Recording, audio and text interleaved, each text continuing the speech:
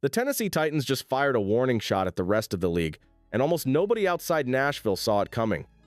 In the span of a single offseason, the roster, the front office, and even the energy in the locker room flipped from survival mode to full attack.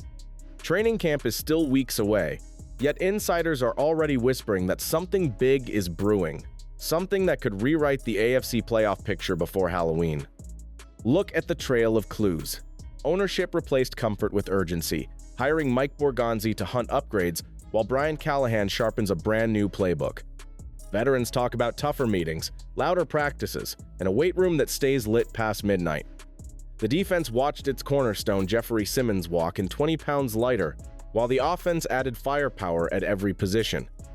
Reporters who stood near minicamp drills say the pace felt more like January, not June, because the Titans believe rebuild is a dirty word.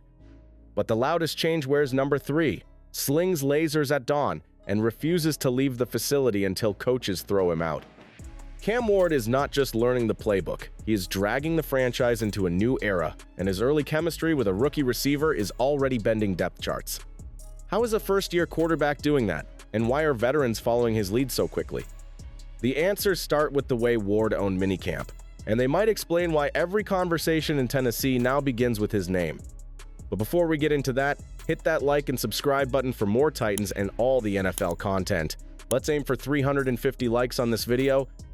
Nobody expected a rookie quarterback to walk into Tennessee and flip the building upside down, but that's exactly what Cam Ward is doing.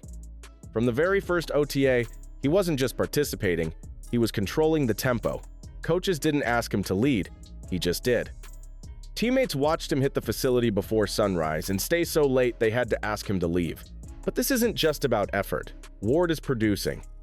In one minicamp stretch, he completed 20 of 21 passes and launched a 50-yard strike to Calvin Ridley after checking at the line like a seasoned vet.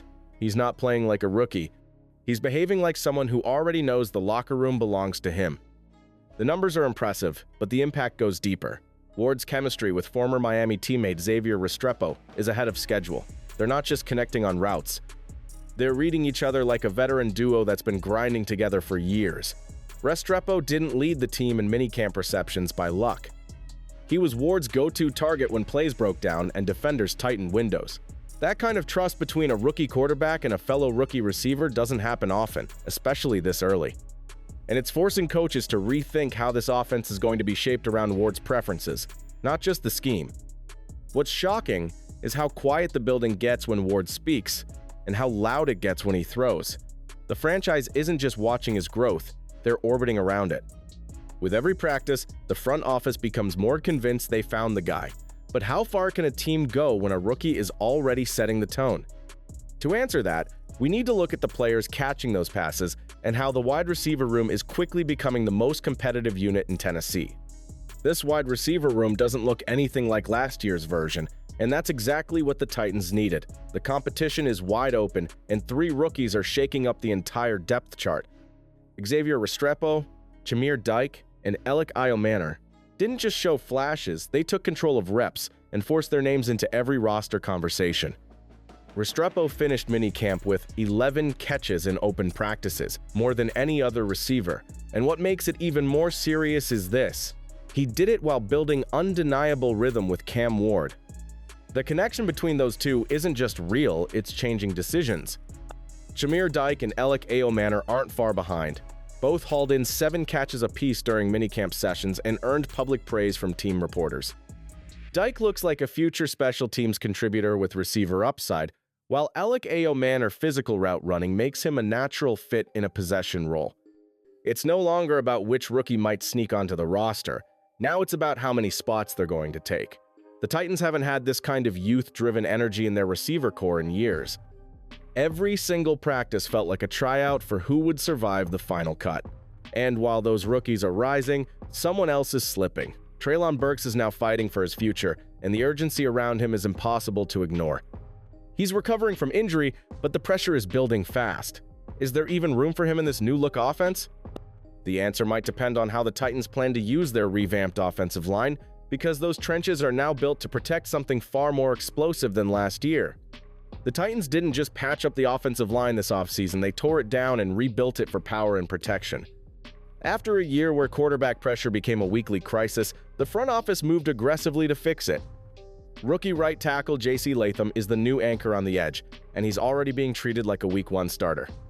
On the interior, Peter Skoronski slides back into his natural role at left guard, next to veteran center Lloyd Cushenberry, who's recovering from a torn Achilles but remains confident he'll be ready by opening week. Kevin Zeitler brings toughness and leadership to the right guard spot, and veteran Dan Moore Jr. is expected to hold down the blind side unless challenged by younger depth. This group isn't just about who starts. The depth has been upgraded too. Names like Jackson Slater and Corey Levin give the Titans flexibility they simply didn't have last year. And if Cushenberry isn't cleared in time, the coaching staff already has contingency plans in motion. What's different now is the mindset. This line is being built to move defenders, not just hold position. They want to win in the trenches early, protect Cam Ward late, and punish defenses in the fourth quarter. You can feel that shift during every drill. And what happens behind those blocks? That's where it gets even more interesting. Because the running back room has its own identity crisis, and a quiet rookie tight end may be stealing a veteran's job while nobody's watching. Every position battle matters in camp, but the most overlooked ones might decide the Titans' close games this season. In the backfield, Tony Pollard is expected to lead, and Tyjae Spears brings change of pace explosiveness. But the real fight is for that final spot. Julius Chestnut has the inside track due to his special teams value, while rookie Kalel Mullings is trying to prove he belongs. So far, Chestnut looks safe not because of his rushing skills, but because he can contribute to multiple roles that coaches trust. At tight end, things are shifting faster than expected. Josh Weil entered the offseason as the likely TE2 behind Chig Okonkwo, but rookie Gunnar Helm is gaining momentum fast. Helm has impressed coaches in every open session, showing reliable hands and solid blocking technique. Luke Stalker, the tight ends coach, even hinted that Helm's daily consistency is forcing the team to rethink the depth chart. The Titans don't keep more than 3 tight ends, which means Weil's grip on his roster spot is getting weaker with each rep Helm takes. Special teams is another spot where quiet performers are standing out. Chestnut is the projected kick returner, while rookie wideout Chimere Dike is flashing potential as a punt returner. It might not make headlines, but field position wins games, and Dike's burst could earn him a surprise spot on the final 53.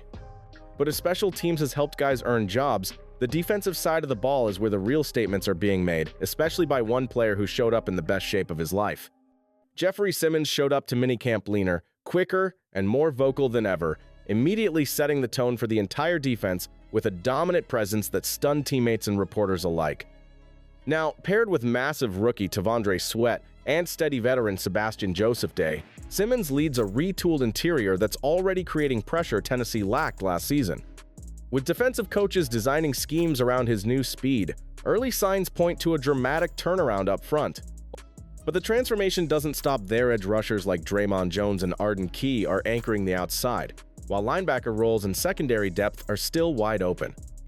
As competition heats up across the board, the Titans' defense enters the next phase of camp hunting clarity, with every rep counting toward reshaping a unit that's ready to erase last year's struggles. So now the question is yours. Do you believe Callahan survives this season? Can he lead a team that's clearly being built for the future? Or is Tennessee simply waiting for the right moment to bring in a coach of their new GM's choosing? Drop your thoughts in the comments. And while you're here, hit that subscribe button if you haven't already. We're dropping Titans updates all off-season long, from camp battles to roster cuts and everything in between. Tighten up, and we'll see you in the next one.